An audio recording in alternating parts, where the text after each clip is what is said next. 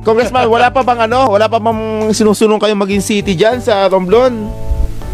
Actually, during my first term, I looked at Odiongman to be declared a city.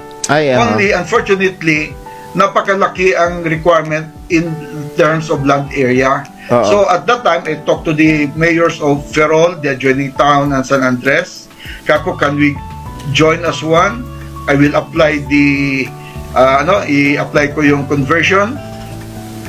At na kayo ay magiging distrito. Like, alam mo, Iloilo City, District of Haro, District of Mandurriao, etc. Di ba? Mga dating bayan yan. District ng La Paz. So, unfortunately, at that time, ayaw pumayag yung dalawang bayan. Ngayon po. So, isa yan sa ng Odiongman. Napakaganda ng Odiongman, napakalaki in terms of income. Thank you very much sa mga mayors doon na nakaraan at sana tuloy-tuloy pa rin.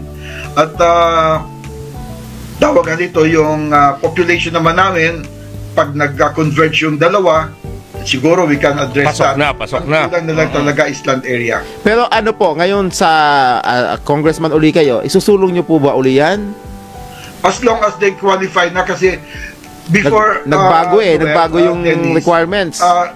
The Congress was allowing basta meron kang 2 out of 3 dyan Oo nga po. Pero ngayon, medyo nag-stricto na kasi itong mga cities, in fact, isa nga, para lang magkaroon kami ng city, we pushed yung mga provinces, we are about 27 provinces without cities. We pushed for a bill that stipulates that all capital towns, regardless of qualification, have to be automatically be a city. Yes, Sa gano'n naman, imagine a situation, Romblon is paying or sharing in the national taxes, right? Pero pagdating sa share ng mga cities, wala kaming city, kaya yung dapat sa city, hindi na pupunta sa Romblon. So, pupunta na sa amin ang barangay, ang local government unit, at ang province. Ngayon po, IRA. may plano kayo magsulong uli na ganun paano kalang batas? Yeah, we're talking, nag-uusap-usap kami ngayong mga provinces pa rin na walang city. And I hope this time around, pakinggan na kami. Kasi noon talaga, kinontra kami talaga nung mga cities. Pero hindi na Odiongman yun, Romblon na. Yung Romblon. Well, it has to be Romblon. Kasi sa ngayon, much to my desire, no? You know, Noel, Dennis, pinanganak ako sa Odiongman. I was born there, my mom is from there. And I would really want Odiongman to be a city. Kaso mo, I cannot multiply whatever land area that they have just to qualify, di ba?